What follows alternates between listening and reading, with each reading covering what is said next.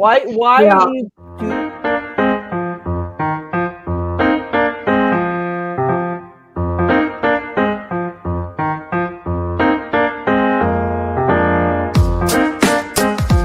Hi, I'm Eric Sabri, your Wayne County Treasurer. If you're living in the home of a deceased family member and you're facing property tax foreclosure, the probate process can be helpful to you. If you file a probate petition and notify our office, the foreclosure proceedings will be halted during the probate process. Contact us at 313-224-5990 or email us at taxinfo@waynecounty.com. We're here to help.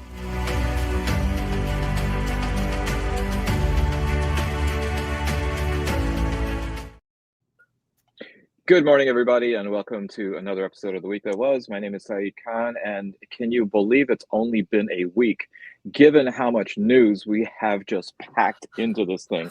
I think that there's some among you who are probably reaching out to Morgan Freeman and saying, can you get me one of those little rock hammers? Because I'm just going to go ahead and start picking up at the wall, and in 4 years, maybe we can finally crawl out and have our redemption. So we are joined with people in some very nice locales. That apparently is not a fake background. Bill Seikaly, attorney, broadcasting in the blind from, where's that, Cabo? Cabo. Okay, yeah, I recognize the trees.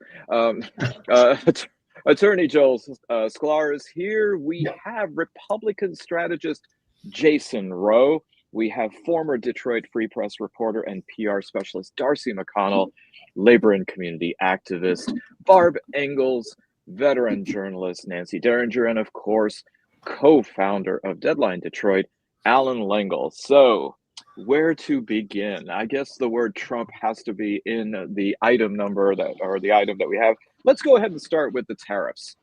There has been a lot of threats to go ahead and impose tariffs on countries like China, as well as Canada and Mexico. And yet at the same time, it seems as though there has been a pullback. And there he is. He has made it. The third of our lawyers, Steve Fishman.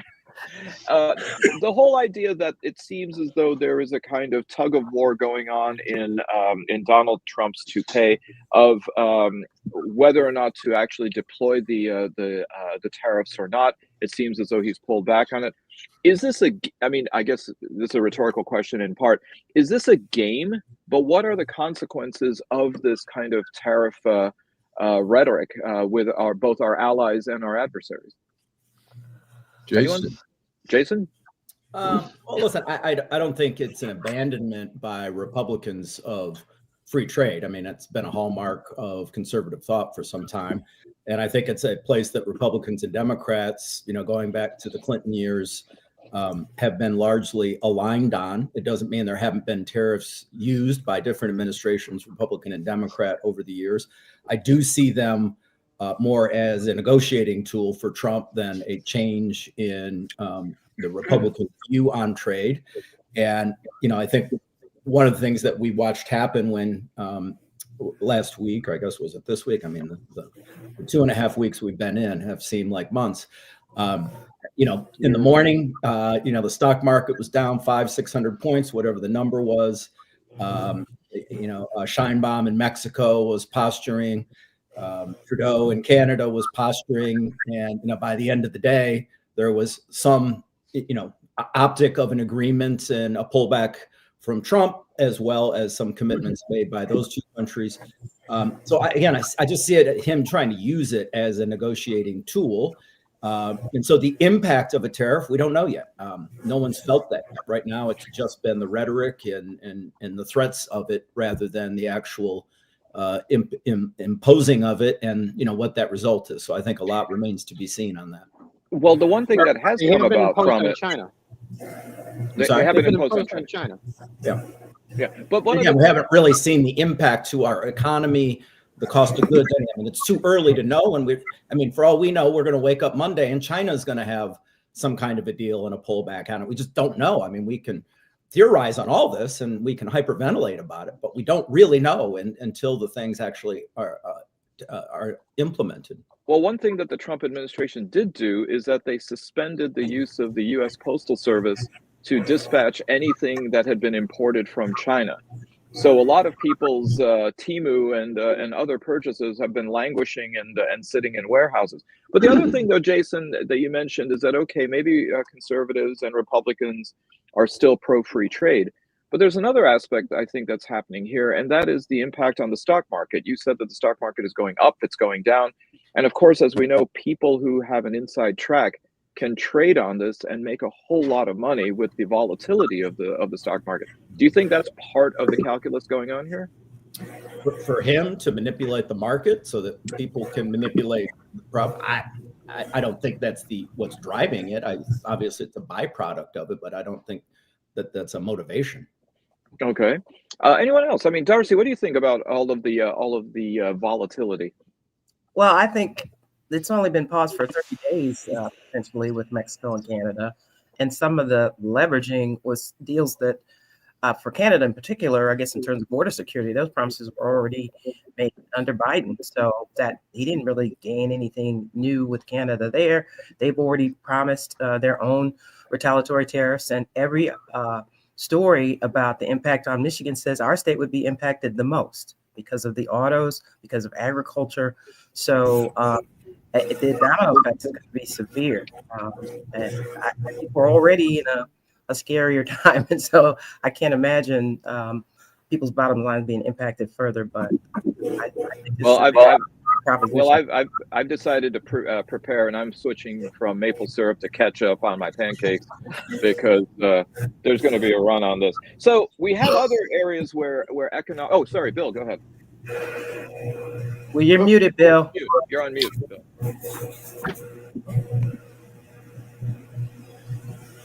Can you unmute, Bill? There we go. Sorry about that. I just want to follow up on something that Jason said, because I agree with it. Anytime, Jason, today I can find something I agree with you on, I'm going to say it. I appreciate that. Choice, but I think I agree that Republicans and Democrats still support free trade. That's not the issue. It's what Trump says, because what we have seen is that the Republicans have no ability to stand up to Trump. It's not a question of loyalty to Trump, it's fealty to Trump. They will come in and go lockstep with whatever he says or he does. I give you Bill Cassidy, a doctor, a physician who questioned Robert Kennedy during his nomination hearing and clearly does not support him, but yet voted him out of committee because Trump told him to. So we can talk about what Democrats and Republicans have done, but Republicans have set all that aside. And they are doing, and will, at least for this foreseeable future, I think, continue to do. I don't think, by way of example, and I think we'll get to this, I don't think that the Republicans really support the idea that Elon Musk have access to all branches or all the administrative entities in the country and go in and get all this confidential information and have these young kids hacking away. I don't think the Republican Congress generally, as individuals, support that. But they're not doing anything. In the spirit of agreeing, I agree with you. To stop it. They're not doing anything to stop it. Not a damn thing. And they have an obligation. They are an independent, co-equal branch of government, and they're putting aside all of that and abandoning their constitutional duties. Don't primary me, bro. I mean, that's what it's all about. Well, lest the show turn into the Bizarro World episode of the week that was, where everybody of you is agreeing with Jason. Let's move on. No. Yeah. Oh, Barb. Okay. Thank you, Barb, for bringing it back. Good Go ahead. God. I thought you had something that you were going to disagree with. This is not about what's going on. Just strikes me as the biggest smoke screen in the world. Yeah. And I think what's happening is we're all going tariff. Look over here, and our government is being dismantled by people. They're not even inept. They are there to smash everything that we have. You put Robert Kennedy Jr. in charge of Health and Human Services. You put Tulsi Gabbard, who is probably a Russian asset. You all these people, and they have no intention of doing their jobs. And the Republicans are in line voting And any Democrat, I mean, I think that John Fetterman is the most shameful human being in the United States, and bending over and backing down the way he is. You know, tariffs, prices have already gone up since Trump took office in anticipation of this. Actually, eggs are about the same. We have video on the appointment. While Trump is demanding meritocracy in government, he's trying to fill his cabinet with a whole bunch of just real geniuses. Today, the Senate held hearings for Kash Patel, who Trump wants to lead the FBI, because of qualifications like this. My name is Kash Patel, and I have written the first ever children's Russiagate book. It's called The Plot Against the King. It is a fantastical telling by me, the Russiagate chief investigator. Wow. I mean, that's a great reason to not teach your kids to read. And Barb, we also have to point out that both Alyssa Slotkin and Gary Peters voted to confirm Kristi Noem as head of Homeland Security. So, I mean, I think I've written them both every day this week, or close to every day this week, and telling them, would you just fucking grow a spine and act like a Democrat for once? They both finally woke up. That two of the three people that you just highlighted, Patel, RFK, and Gabbard, were recently Democratic candidates for president. Yeah, I know, but no Democrat was fooled by them, though. well, this whole idea about Musk really now flexing his muscles within the government. It's been reported that tonight everybody at the USAID will be furloughed or will lose their job. The entire program is being dismantled. There is some reporting that Musk went after USAID not for condom distribution in Malawi or anything like that, or quote unquote woke culture issues, but because it was USAID which was prickly about his bringing Starlink, his satellite system and telecommunication system, to Ukraine. So this is essentially a vendetta. And is this now going to be Musk settling scores all around the government? Well, he's effectively acting as president now. I mean, I think if the more we call him President Musk and Trump something, vice president or secretary in charge of talking in front of microphones or whatever. First lady. First lady. The better. But I mean, it is absolutely. I am taking sleeping medication every day or every night just to get through the night without waking up at 2 a.m. with my eyes like burning a hole in the ceiling of my bedroom.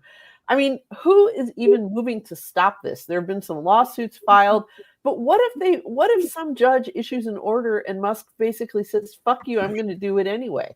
At that point, we have lost the American democracy. I mean, there's nobody who's going to stop him. I mean, is Kash Patel going to stop him? Who's going to stop Elon Musk? He's under no obligation to do anything because he's not even an elected official. He's just exactly, and he feels as though he has absolute carte blanche. I mean, he does. Nancy, if you want to burn a hole into the ceiling, I think the Jewish space lasers can help you with that. So, yeah, right. Scott, yep. Joel knows a guy. Bill.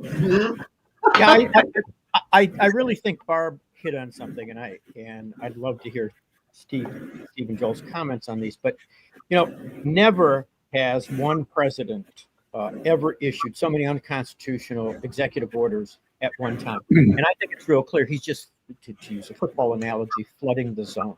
And I think I read the other day, and this is probably a low number now, the ACLU has already filed 550 complaints in federal court. I noticed that Trump hasn't won any of them, not a single one. And in many of them, in all the major ones, judges have issued orders stopping these clearly unconstitutional actions. But I think then that Nancy raises the right point. What happens when Trump and Musk decide to screw the courts? What are the guardrails left up? Because I think that the court is the most important one. But because of the Supreme Court decision regarding presidential immunity, the only other one up that I think can work is Congress. They have this obligation to be a co-equal branch of government. They have the obligation to consider impeachment and removal from office if necessary. No one, I don't think anyone in the country believes that's going to happen. Yet, what's going on? USAID, it was created by executive order. I think that Trump can eliminate it. But what he can't do, what he cannot do is stop the funding that Congress approved to be spent. And that's what he's doing. All of these acts clearly unconstitutional. And yet Congress sits back, Republican congressmen sit back and allow it to go on. They are the last guardrail. And I agree with Nancy. If they snub their nose at the court, that's going to be the chance. I suppose the ultimate last guardrail is, who does the Army choose to go with?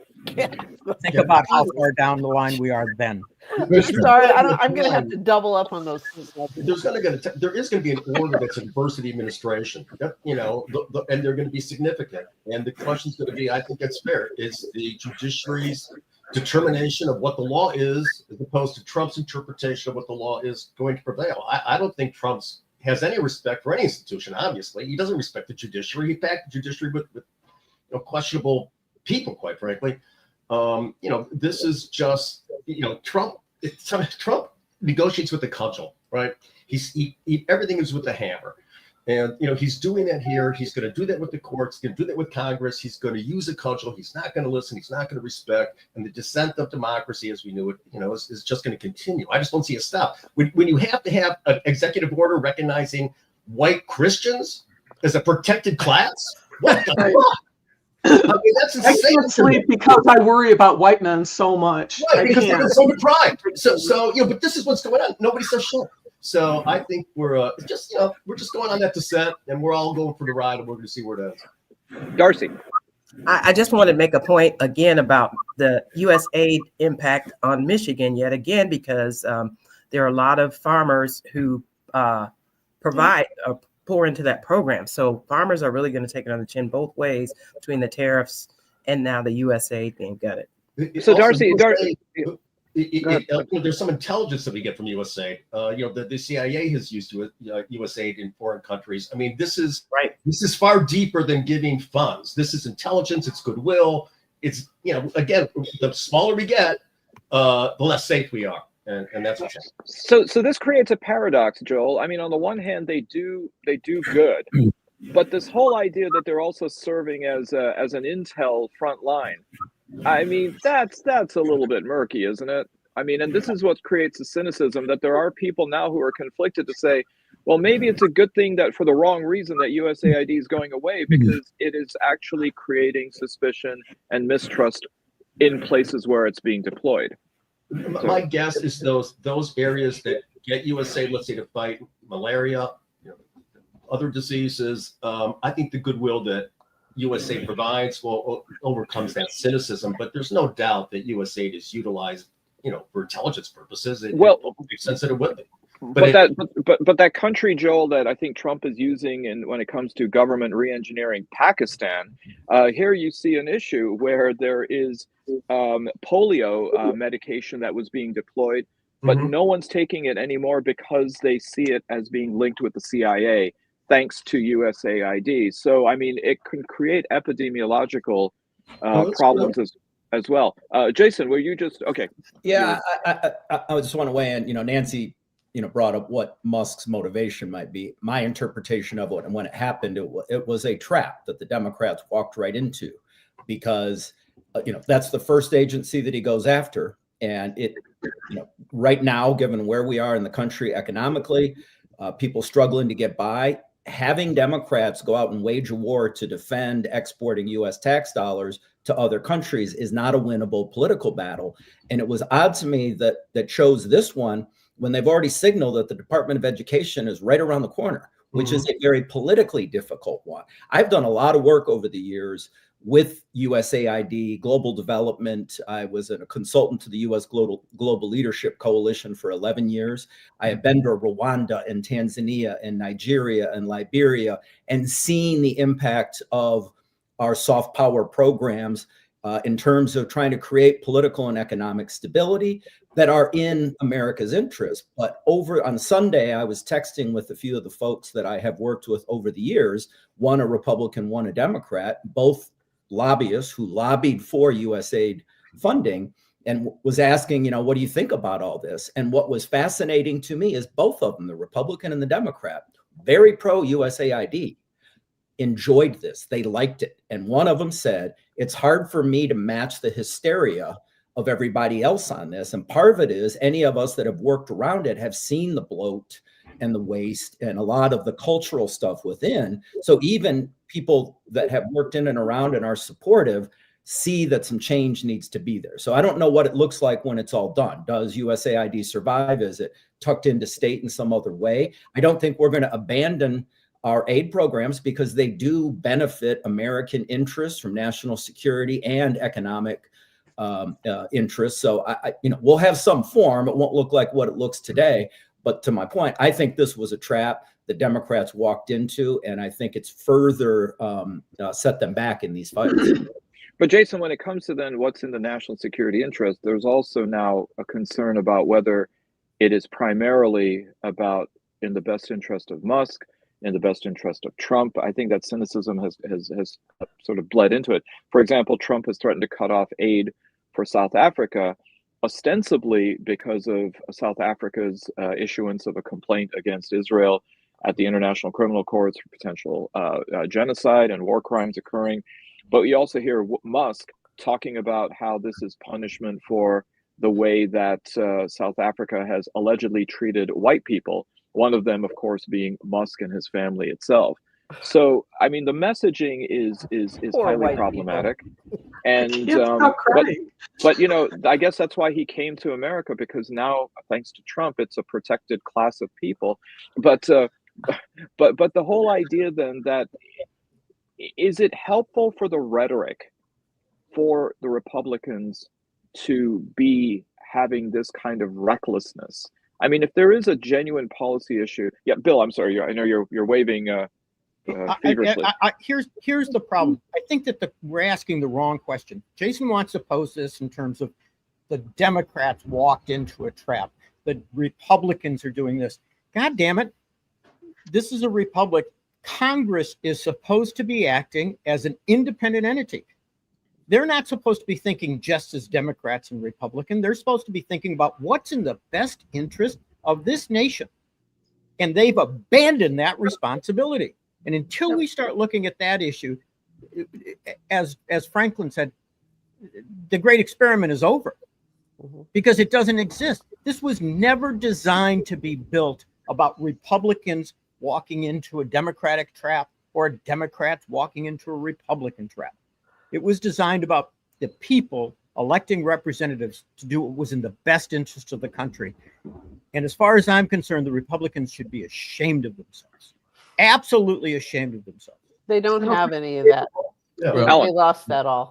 I think it's clear, and I think Senator Buck Cassidy made it clear with RFK Jr., is that until people in Congress care more about America than they do about their jobs, we're in trouble.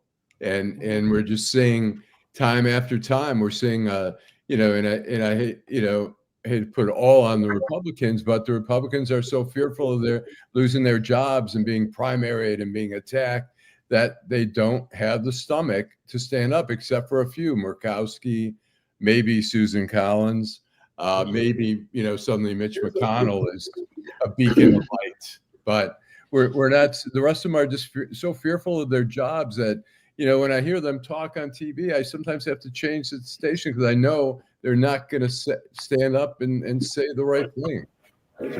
Well, what about the Democrats haven't done the same thing? Yeah. Steve.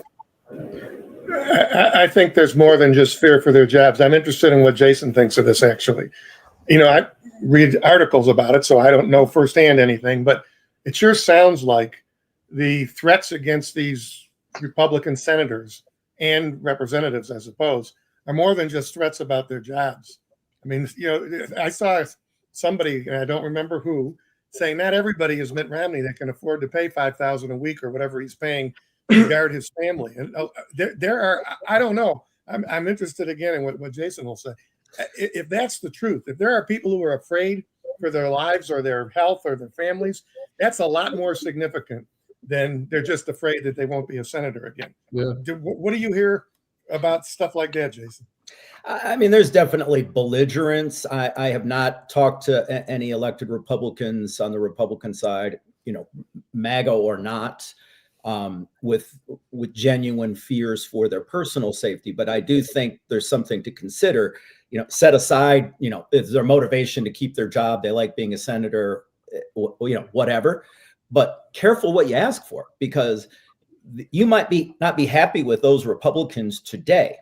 But if they do the things that you want them to do at the wrong time, they're gone. And the ones that replace them are going to be much more objectionable to you than the ones that are there now. So that is part of the problem that I think the party is in and the nation is in, is that, if you do those things that you would like to see them do, they will be removed and replaced by somebody even more hostile to the things you care about than the current crowd.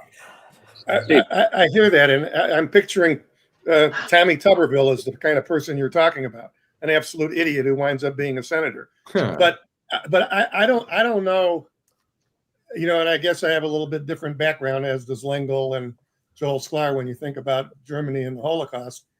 I could hear people saying that in 1935 too, and well, it'll be worse and this and that and the other. I think at this point in time, it seems to me that maybe it'll get worse, maybe it won't. But if 15 of them defied these guys, maybe it doesn't get worse. I don't know how long you can continue to say, if you're Cassidy or any of these guys, well, God, if I'm gone, it'll be somebody worse. Because what's going on, at least the way I look at it, we haven't even talked about Trump and his Gaza comments yet, which are the most insane things I've heard, and I don't know, maybe ever. When you get to the point where they can't get a senator to say, "Oh God, it's crazy." They haven't had a senator say that on the Republican side. That, to me, we're already to the point. I'm not worried about who will replace them. If they're going to be gone, they're going to have to be gone. If they're not willing to stand up, then what difference are they from Tuberville? Well, Steve, I don't think their motivation is that they're worried they're going to be replaced by someone. I'm not saying that. I'm just saying. Yeah, I hear you. Y'all's perspective. So I mean, that's probably the worst of the worst hasn't even been confirmed yet, and that's Russell Vought, the architect of the Project 2025. And it seems as though there's no consternation among Congress members that he's literally going to take away the power of the purse, which is what Congress does, and bring it into the Office of Management and Budget. Faris Khan, no relation, with a couple of good points, reminding us that the San Jose Sharks fans cheered on the Canadian national anthem, and he actually said that the Canadian national anthem is 5 times better than that of the U.S. So as a song. It's a great Guantanamo something that we can all sing. So Faris, just for your geography, Guantanamo's on the southern or the leeward side of the island in Cuba, just to keep you in check with that. And he also mentioned, what about the Lincoln Project? I mean, the fact that the so-called bipartisan Republicans reaching across the aisle to like-minded Democrats to then form a bulwark against both nominations, confirmations, and some of the other policies and legislation going through. Yeah, Joel. I'll just, what Trump is incredible at is stamina. He just keeps going. We're tired. I'm exhausted. Adderall's a hell of a drug. Honestly, but he keeps going, and I give him to him. He never stops, right? He lies. Who cares? He keeps going with it, and he keeps winning with it. And he's, this is Trump. This is a post-truth world, so I'm not sure what's going to happen. Go ahead, please. I'm sorry, Darci. So I was going to say that they're like Nancy was saying about not watching the news, and Barbara says she has her stress ball. I think there was a period of malaise for, like Joel's saying, but I think people have come out of that now. We saw protests in 50 states this past week, and that was kind of like an Occupy movement. It was leaderless movement, but there were pretty significant crowds there. We've seen more and more people reaching out to Congress people, to our senators, asking them to take action. And so I think there was a period of where people were worn out. and it can be overwhelming. But I think that is shifting now. So, Jill Sheridan is correct. Vought was confirmed last night. Oh, he was White House budget director. Yeah, 53 to 47 party line vote. You guys will be happy to know I worked with Russ Vought back on the Hill 20 years ago. I used to know him very well. Really? What'd you think of him? He was very much an institutionalist. He worked at the Republican Study Committee, which at the time was the conservative caucus in the House before the Freedom Fund. He served under Mike Pence when he was the chairman, and Jeb Hensarling, now a former member. But very well respected amongst House members. But I think there's maybe 20% of the House that's still there from when he was at the Republican Study Committee. But always, I think, thought he's a very quiet guy, kind of kept to himself, but very much an old school movement conservative. And so, when folks are talking about, the 2025 project and the threat, you might not like to hear this, but it was all pretty mainstream conservative thought. There was nothing novel in there that conservatives hadn't been talking about for decades. It was just packaged in a way that it became a good target for Democrats to go after in the 24 election. Jason, is he allied like with Grover Norquist and the whole Americans for Tax Freedom? Okay, thank you. Barb. So forced Christianity, compulsory pregnancy. That's the compulsory pregnancy one. Where did that rear its head? No abortion. Forcing women to carry pregnancy. There's a big difference between abortion rights and compulsory pregnancy. Compulsory pregnancy, when you are not allowed to, under any reason at all, abort any child for any reason whatsoever, good or whatever you would call bad. I think the Christian nationalist part of it is the most distressing part, because this is a multicultural country.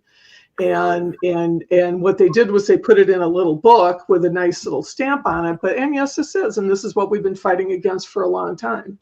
I wanted to point out real quickly that there is a great app you can get on your phone called 5 Calls, and you put in your zip code, and they get you your elected officials on there, and it has a list of things that you might want to talk about. So people that are not used to calling offices and kind of losing their plot a little bit when they get the answering machine, because no one's getting live people anymore. But I think that's really helping people get the word out, and calling the Congress and calling the Senate and letting them know what we need for them to do. Because I think that's what finally woke up Haley Stevens and woke up Alyssa Slotkin and woke up Gary Peters. What's it called again? 5 calls. The number 5 and CALLS. Not to be confused with 5 Guys. Yeah. Not 5 Guys, although the fries are delicious. Well, it'll be nice to have an app that doesn't make me swipe left or right. So, Allan.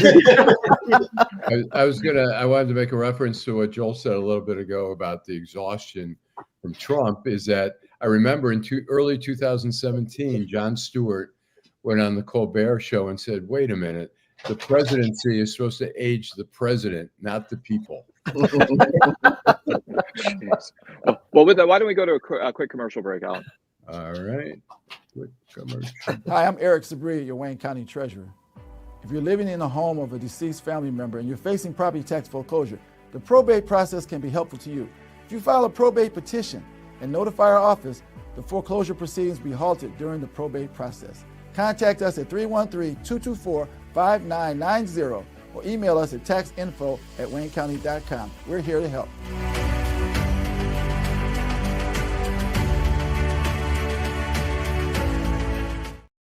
We have a All right, question I think for Jason. Yes. You know the potential dangers of the dismantling of democracy. Do you support it because you think you and your family will do better under authoritarianism? Well, I think the jury's out on this. I mean, I understand all the hysteria and the rhetoric, and clearly the whole flood the zone's got a lot of molecules shaking around, but I don't think we really know what the real threat is. You guys certainly have your views, and I'm not going to convince you otherwise, but I'm going to wait and see before I have strong opinions on this, because I do have faith in the institutions, and I understand the frustration because don't see Congress standing up right now, but I don't think now is the time for Congress to step up if they're going to, because they're going to lose.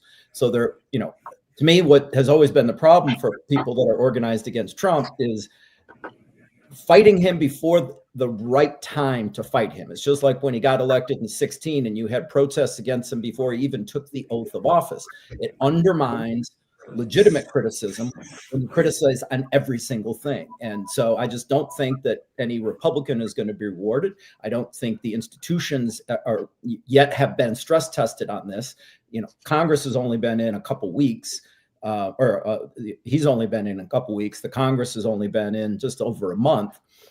We don't even have budget proposals from the administration or from the House. So there's a lot of shoes yet to drop, I think, before we really know what our system can withstand. If I can bring a follow-up question, though, Jason, do you think that the idea of waiting and seeing and having that kind of patience is really reserved for those who have the ability or the luxury or the privilege to wait it out? Because the impact of policies is already being felt by a lot of Americans. So I'm just wondering, is that something of a strategy that can really be internalized by more people within society? Well, someone show me the success that anybody has had to date. I mean, you had in 2017, the Republican, Democrat, and permanent Washington establishment united in trying to obstruct Trump and failed miserably. And he came back stronger than ever. He is the most popular Republican president in history. The numbers, the strength, the influence that he has on the base. But I mean, you can continue to do it, but I have yet to see any success from the approach so far. And again, I have faith in our institutions, and let's see what happens as this goes through the courts and the Congress. I mean, particularly the Senate. I think when we were on before, there was a disagreement about the House and the Senate or discussion about it. Senators have 6-year terms, and they'll be able to wait him out. I think you're actually going to see Trump in issuing endorsements in Senate primaries this time around. He's going to go way more MAGA than ever, not as pragmatic as he did in 2024, because if he gets behind someone that he doesn't think is sufficiently MAGA, and they get in, they're going to basically snub their nose at him because they only have to deal with him for 2 years, and they got 4 more years after that until they're up for reelection. Are we sure about that, though? I mean, he's suggesting a third term. He's foreshadowing that if he has the support of Congress, if you have courts that are beholden to him, the unthinkable can happen. Throws up, and you guys start building strategies around things that are rhetorical bombs just to get everyone spun out. I mean, focus on the things where you can actually impact, but spending any time talking about him going for a third term, which he threw up, once, and as much, I think, to troll the left as anything, is distracting you from the actual fight that's right in front of you. Yeah, I think go ahead. Yeah, I just want to follow up with Jason on a couple things. First of all, I think you're just wrong about how popular he really is. I'm concerned that the country really has gone toward him. The 49% popularity rate seems outrageous given his actions, but it may be that just like in 1939 Germany, people are willing to put aside their constitutional principles. But Eisenhower was more popular. Reagan was more popular. Go look at historical polling within the Republican Party. I didn't interrupt you. Don't do that to me, because I have some follow-up. I'm going to let you talk. And the first George Bush was more popular than Trump is. But more importantly, you suggest that we ought to wait and see. So when? Give me the benchmark of what we ought to wait and see for. Should we wait until they just decide, oh, there's a court order, we're going to just ignore it? Yes. What do we wait? Oh, that's what we wait for. Well, you got to wait for the courts to even do their job and to see does this administration blow past the process. That hasn't happened yet. So you're building a strategy around something that hasn't even happened yet. Well, let me tell you what has happened yet. He has issued clearly a series of obviously unconstitutional executive orders. And from a historical point of view, Nixon did a lot less than that. And the Republicans had enough spine to go to him and say, this ain't going to work. You got to go. But I see no evidence that the people you're relying on have the kind of spine that no matter what he does, they will vote him out. Now, maybe the people will elect enough senators with spine to do it in 2 years, if we have anything left. But this isn't a constitutional crisis to you, Jason. I'm underestimating you. Never in our history has a president tried so hard to undermine our constitutional principles with these executive orders that clearly have no basis. And I don't even think you just dispute that, Jason. I don't dispute that, no. But again, the courts, I mean, we have a system with 3 branches. That third branch hasn't done their work yet. So again, you can be offended by what he's doing, and that's fine, and run around, with your hair on fire. But the courts haven't even had a chance. So why don't we wait and see what the courts do, and then how the administration and the Congress respond? That might be a week from today. But the idea that you're going to predicate your strategy on assuming that they're not going to do that, rather than letting our institutions work. But I mean, do what you want, but I don't think it's going to work. But wait a second. I mean, there is, I think that the Supreme Court has already told us what they're going to do when they gave him absolute immunity for official acts in office. I mean, they're clearly in favor of a strong executive. They're expanding the executive powers. I don't trust this court to put a stop sign in front of Trump at all, because they haven't. I mean, they for the first time, we have a fucking king. We have somebody absolutely immune if they do anything in office. Essentially, they can have each one of us shot because we're a danger to national security. And theoretically, under the Supreme Court decision, he's off the hook. So I think we can tell where the Supreme Court's going by what they've already done. Okay. Darcy, did you have your hand up? I did. Bill said most of what I was going to say. I think it's amusing that Jason wants to tell Democrats and independents what to do based on who he normally works with. So thanks, but no thanks, Jason. If by being silent, we're complicit. So, lawsuits are necessary, protests are necessary, contacting our Congress people is necessary. So that doesn't mean we're running around with our hair on fire. It means that we're not passive and sitting on our hands. Allan. Not to mention how much damage has already been done with Musk having all the information he already has. Right. Right. I mean, I think there's no time to wait to see what happens. I mean, they fired some of the, I think, 8 executives from the FBI. They're gathering thousands of names of people who worked on the January 6th case. I mean, he's undermining, and it's interesting. I've known a lot of FBI agents over time. The majority are conservative. The majority are Republicans, and I would bet the majority voted for Trump.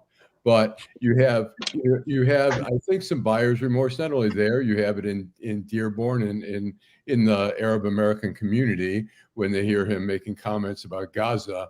And I think there's a lot of shit going on, and there is no time to sit back and wait to see what happens. We see he right from the get-go. I mean, he pardoned all the January 6 people, the violent people.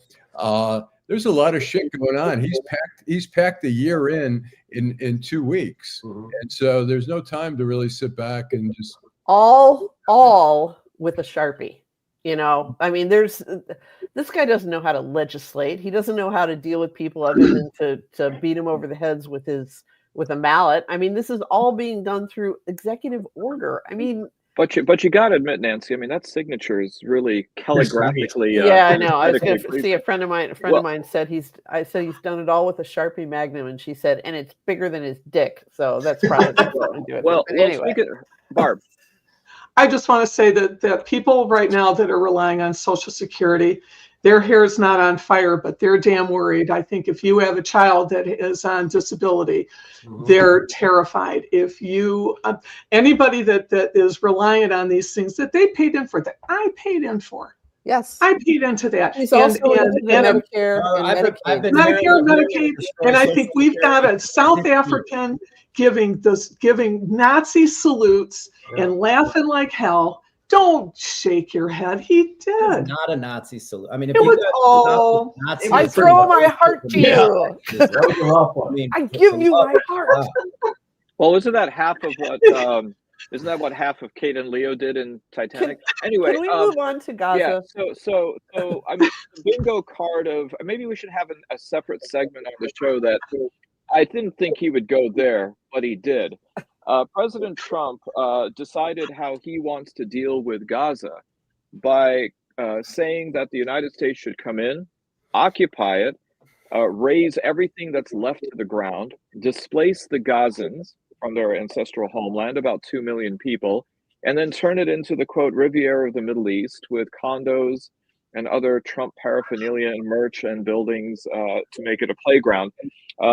These statements were also made in the presence of indicted war criminal Prime Minister Benjamin Netanyahu in the Oval Office, and seemingly in full agreement and concordance with it. And Alan, I think we've got a series of videos. We have a few little videos. He was also asked where the Palestinians would go and suggested that neighboring countries should take them in. If we can build something for them in one of the countries, and it could be Jordan, and it could be Egypt, it could be other countries, and you could build 4 or 5 or 6 areas. I think that Gaza maybe is a demolition site right now. If you look at Gaza, it's all, I mean, there's hardly a building standing, and the ones that are going to collapse. You can't live in Gaza right now. And if we... You can see he's really thought this through. Every idea is worse than the last idea. He seems to believe that the reason there's conflict in Gaza is because no one thought to give them a pickleball court. And of course she's shocked. He's effectively advocating for ethnic cleansing. Who could possibly be okay with that? You see things others refuse to see. You say things others refuse to say. And after the jaws drop, people scratch their heads and they say, you know, he's right.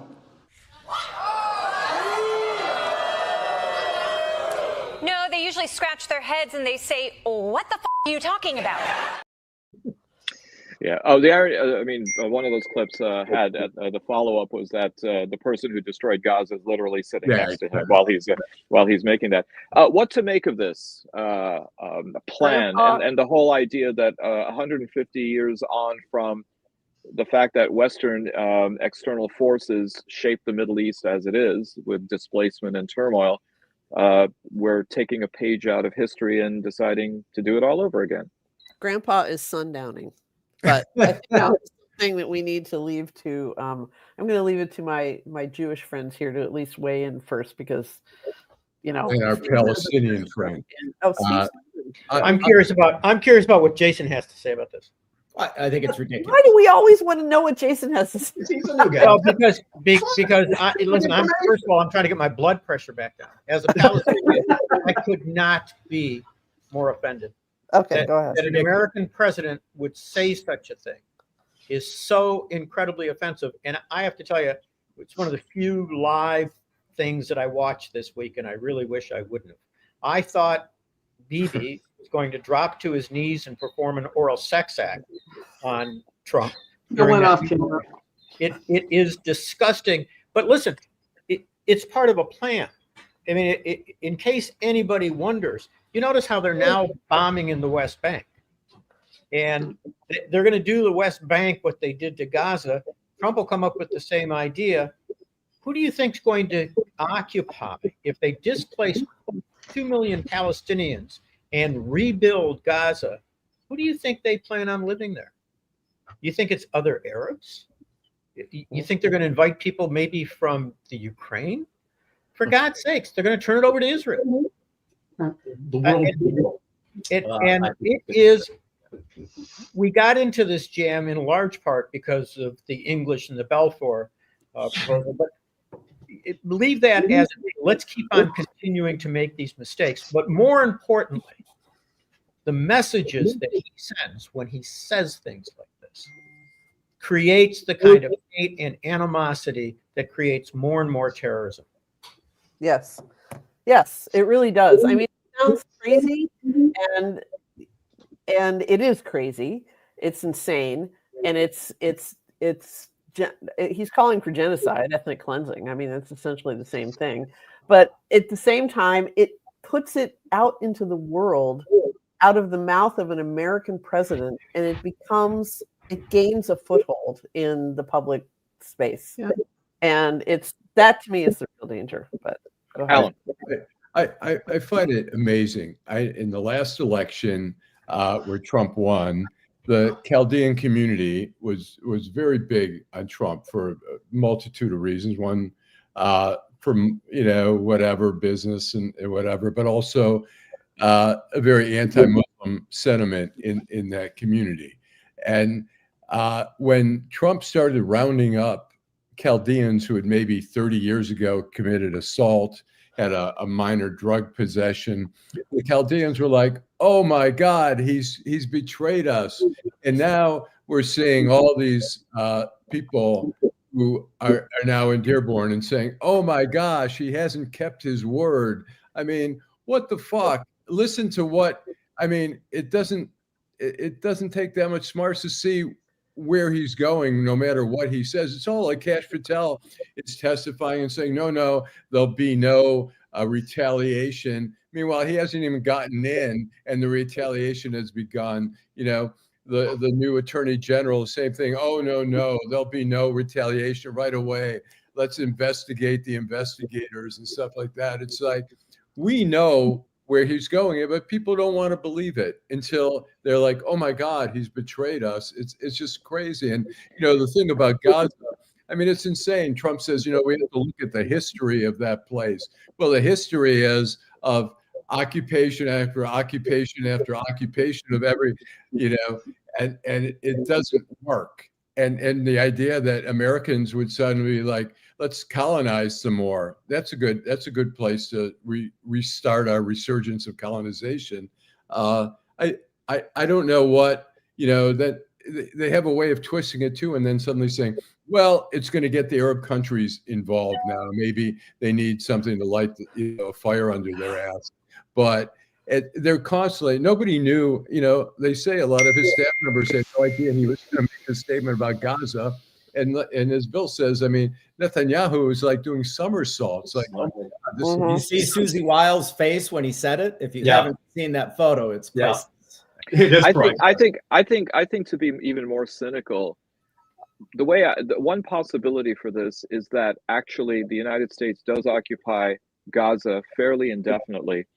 People are going to see that as a victory because it's not going to be a complete and immediate annexation by Israel. But it won't really need to be, because what's really going on isn't what's happening on the land, but what's happening off the shore. One of the largest remaining and yet untapped petroleum and natural gas caches is in the Eastern Mediterranean.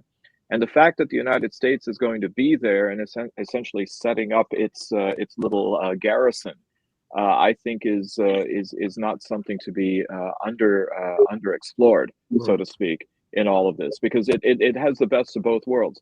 Israel technically doesn't get Gaza, so it doesn't absorb it, but it doesn't need to, because you have a corporatist entity there, which is Gaza. So stay tuned to see how that plays a role in this. And here's Bill sent me this, where he gave Trump a gold a pager. It's a gold pager. Really. So, I mean, look, what happened? I mean, you can look at it from an intelligence or warfare as a brilliant move, but people died. You don't brag about it. You don't brag about, like, look how we fucked over these people. Look how many people we killed and dismembered and all that stuff. And it becomes a joke, and it's not a joke. There's lives that are just being destroyed in that whole region. So one last thing before we go to our last segment that I just wanted to ask is, we've got a bunch of people who are now putting their name in the hats for various races here. Garland Gilchrist, Chris Swanson, the Genesee County Sheriff, who was a darling at the Democratic National Convention with his speech, both jumping in the gubernatorial race. Abdul Al-Sayed has apparently said that he's interested in running for what will be the empty seat after Gary Peters is looking to step down. Any of these viable, and how do you think they're going to do against Duggan? Well, okay. Nolan Finley said he's betting on Garland Gilchrist. I think Garland officially announced, because I thought he was still hemming and hawing. Did he actually announce? No, not yet. They're all considered, but Swanson is, I think, an interesting one, because I think he's going to appeal across the political aisle and may actually then be a viable challenger against Duggan. And a friend of mine actually said that one of the things, apparently, when they had the cold snap just recently, 13 dogs froze to death, despite the fact that there is an anti-tethering law in Metro Detroit area. Duggan won't even meet with people from rescues or for animal rights, whereas apparently Swanson has supported legislation. Won't be a panacea. Is going to help curb some of these issues and maybe enforce existing laws. I mean, so there's a lot of interest groups that are out there that see Swanson as being a new way of organizing political issues that matter to them. Darcy. Well, I said before that I think in terms of the work that they'll put in, that Benson and Duggan are going to be hard to beat. However, I think it's unfortunate. First of all, I hope Gilchrist announces. I wish he was going for Senate actually, but he needs to hurry up and get out there if he wants to be competitive in this. I think it's unfortunate that as the lieutenant governor, he's having to battle for it. Like, pass the baton, why don't you? So, I think that there's a reason though for that, Darcy. I mean, I'm not. I mean, I know Lieutenant Governor Gilchrist has been in my home, but I'm not sure that he knows what he wants to do. I mean, I'm not sure if he knows he wants to run for the mayor of the city of Detroit, for governor, for senator. I think that there are a lot of options, and unfortunately, I don't think he has the political machinery behind him to have gotten ahead of the curve, because he should have seen these openings. I'm not so sure he should have seen the Senate opening coming. I'm a pretty good friend of Gary Peters, and I didn't see it. So did you have the same look on your face as Susan Wiles did in the Oval Office? No. I was surprised by Gary's decision, but not shocked by it. Okay, just checking. But I think that Gilchrist has too many options and doesn't have the political machinery in place to kind of make the strategic decision and then push forward. And I do think that's too bad. I think he needs to run against Sri Tanadar for Michigan 13. But Allan, I agree with Bill. The money's not going to be there for Garland Gilchrist. I think the money's already lining up behind other candidates, and in the city of Detroit, Mary Sheffield, the money is lining up behind her. Duggan's going to have money. I'm going to guess he's going to get Dan Gilbert and some of the other folks. Benson is going to have probably Stephen Ross and some other people. So Gilchrist is sort of staying on the side, and he can't even get the endorsement of his boss. I think. Well, always remember, Gilchrist lost an election for city clerk of Detroit, of the city of Detroit, before he was plucked out of a. But it was a close race against an incumbent. He actually was very competitive in that race. He was very competitive. I give him that. I don't know if he's. I mean, has he carved out a identity for himself in this administration? Does he have a cause that he's pushed that would get him, that would make him something other than the tall guy who stands next to Gretchen Whitmer? I don't know. I think he was. He's a great guy.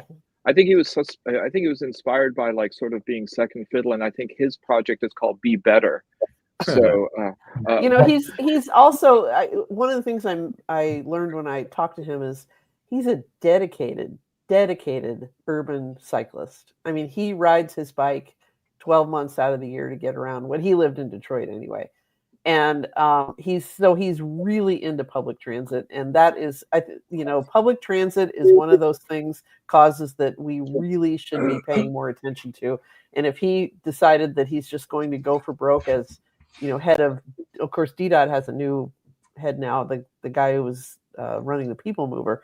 But if he really pushed himself into that cause, I mean, I'd be behind him 1,000,000%. Jason. Wesco, I appreciate you being on and tuning into the show, but I think it'd be a little bit unfair to characterize people on the show as being Nazis.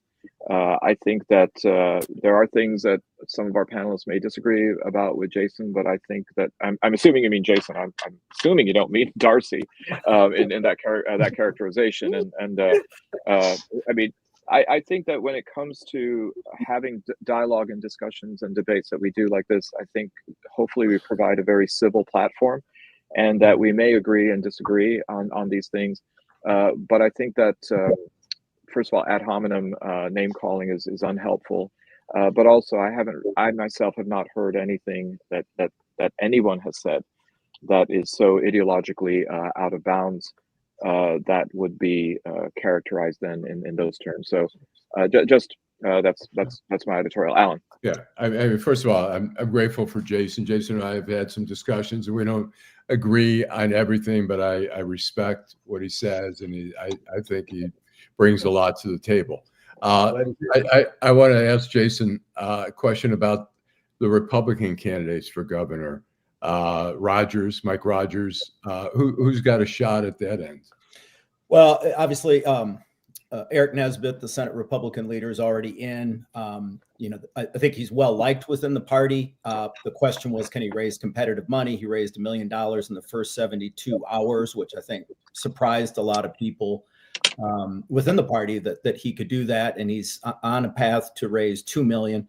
It's pretty obvious that John James is going to get into the race. I think there's a high likelihood that John James could get Trump's endorsement. He also can raise a lot of money very quickly. He's got a national fundraising base. And so I think he's got to be considered the favorite. I do think Kevin Rinke, there's a good chance that Kevin Rinke could jump in the race. Right. On the Senate race, Mike Rogers is definitely running. Congressman Bill Huizenga from the west side of the state is taking a very serious look at the Senate race as well. But I also think that Trump could endorse Rogers. Rogers came very, very close. Out of 5.7 million votes cast, he only lost by 19,000 against a very, very formidable candidate in Alyssa Slotkin. And he was outspent 4-1 in that race. So I think starting early, getting the Trump endorsement, that might clear the field for Rogers and give him a 2-year runway as opposed to, basically a 5-month runway or 4-month runway that he had last time around with a competitive primary. So I think if it were a head-to-head, I think Republicans might struggle, but I think that Duggan's entry as an independent is very advantageous to Republicans, and not just in the governor's race, in the down ballots. One of the things that we've been up against is Democrats typically vote more straight party than Republicans. And so a lot of Democrats go in there and just cast straight ticket Dem. Now you're going to have, let's say 20-25% of Democrats who might not do that because they want to vote for Duggan. They might not vote on ballot, or they might, give Republicans a fighting chance in some of these offices to peel off some people. But I think Duggan's, candidacy as an independent gives Republicans an advantage in the gubernatorial. Yeah, you might say. So last thing, I'm going to call an audible before we go to our last segment, because I know people are going to wonder, and this may actually then, for some, determine whether some of our panelists, in fact, do belong to the National Socialist Party. Predictions for the Super Bowl, Jason. I'm going with my heart. I'm just getting bored with the Kansas City Chiefs, so I'm going with the Eagles. I'm more of an NFC guy, so I'm going to go with the Eagles. Okay, Darcy. I can say at least right now I agree with Jason. Okay, Steve, this is rapprochement. Joel. Oh, I'm going with the Eagles. Yeah, I love the NFC team. They got a great defense, and Kansas City's wins game, but they do it by small margins. And I think, but they've never been the same ever since they lost Glenn Fry. Nancy. I'm going to go with the Eagles because I want to see what kind of song Taylor Swift writes about breaking up with the whole team. Yeah, exactly. It's going to be called Dropped Pass, but there you go. Barb. I am going to be home, probably binging Gilmore Girls or something like that. I've never watched a football game in my life, and I never will. Wow. Okay. Wow. I guess true. That would be an abstention. Bill. When the Commanders beat the Lions, I decided I got to root for the Commanders. And when the Commanders lost, I wanted grit in the Super Bowl, so I rooted for the Bills. I'd like to see Philadelphia win because I'm tired of Kansas City, but I swear I think I'm going to go with Kansas City in the hopes that my streak continues. Okay, Allan. I'm not sure who I'm rooting for, but I think Kansas City's going to win. I am a fan of Andy Reid. I think maybe because of the State Farm commercials or whatever, Bundle Ruski. But I think Kansas City has just got the magic sauce to always just pull it out. And, we never know. I mean, look, both teams are great. The Lions were great going in, and they played horrible in their last game. We just never know. And the Washington Commanders were great against the Lions. They were horrible against Philly. So we don't know, but I have a feeling that Philly might not play as good a game as they're expected to, but that's just me. Allan, I didn't realize you were so susceptible to ads. I mean, is there a Lady Bic somewhere in your apartment? But I can't go for a team that also has the refs. I have to go with the Eagles on this. So anyway, all right, Allan, let's go to the last segment. All right, I'm just trying to get all these comments in here. Downtown Detroit, Robert Wells, Schmuck of the Week. All right, Forrest going ahead and riffing on Taylor Swift there. Bravo. Darcy, who's your Schmuck of the Week? I had lots of options, but his name has been mentioned a few times here. So I'm going to go with Senator Bill Cassidy, who is a doctor and didn't stand his ground against RFK's nomination for health secretary. He's my Schmuck of the Week. All right. Joel. I got two, both football related. The NFL for taking the end racism message out of the end zones. I don't know how that's offensive. And racism, it sounds like a pretty good thing to me. And also Tommy Tuberville for lying about coaching Patrick Mahomes, which he never did. Patrick Mahomes went to Texas A&M, I believe. Tuberville never coached there. So Tommy Tuberville gave a story about Patrick Mahomes and the relationship they have now. So Tommy Tuberville's an idiot and a liar. So he's a schmuck. Yeah, I heard that because Trump is attending the Super Bowl, that apparently they're raising the goalpost to full mast again. So, okay. Jason. Well, there's so many to choose from, both parties. I was yesterday leaning towards Interior Secretary Barbie and her ridiculous costumes through the week.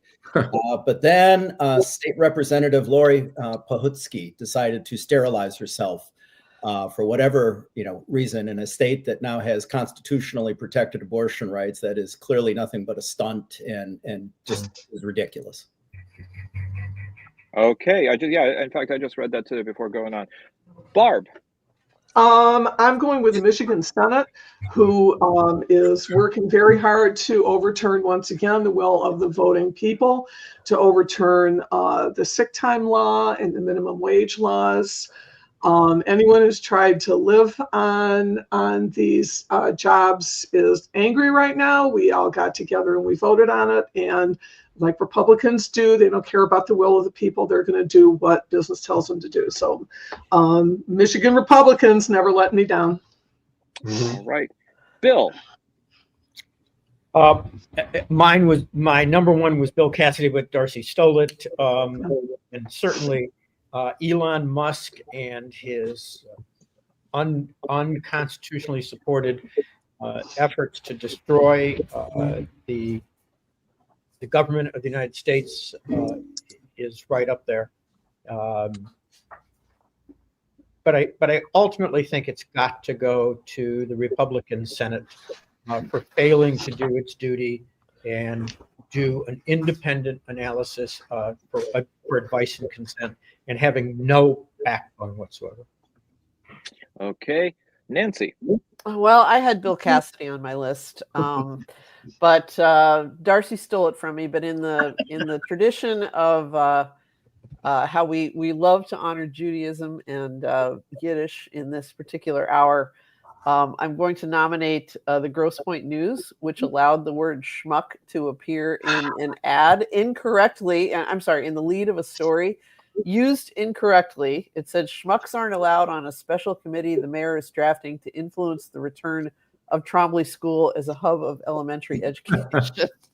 But it just, it's hard to raise a minion in Grosse Pointe, and I think you should be prohibited from using such a wonderful word as schmuck in a front page It's story wasted. in the It's local wasted. newspaper. It's totally wasted. It's a shonda. It is a shonda. We had Nancy had a column she wrote about whatchamacallit from Eastern Market.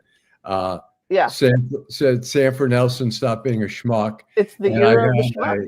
A prominent first person in the community who said, "Oh my God, accused me of anti-Semitism." And yes, I know, but I sent you that. I sent you a note about that a couple weeks ago when New York Magazine ran a story about the rise of the young new right in New York City, where these people were saying and quoting people saying, "I just want to be able to say retard and faggot again," and it's like.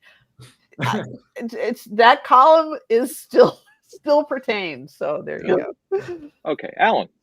As everyone else, I was going to say Bill Cassidy, but I'm going to say one Kash Patel, who had the audacity to say, "Oh no, there's not going to be any retaliation." While I'm sure he was in on the planning of what's been never seen, unprecedented retaliation against the FBI. And the other one is Cheryl Hines for ruining Curb Enthusiasm for me by standing by her man.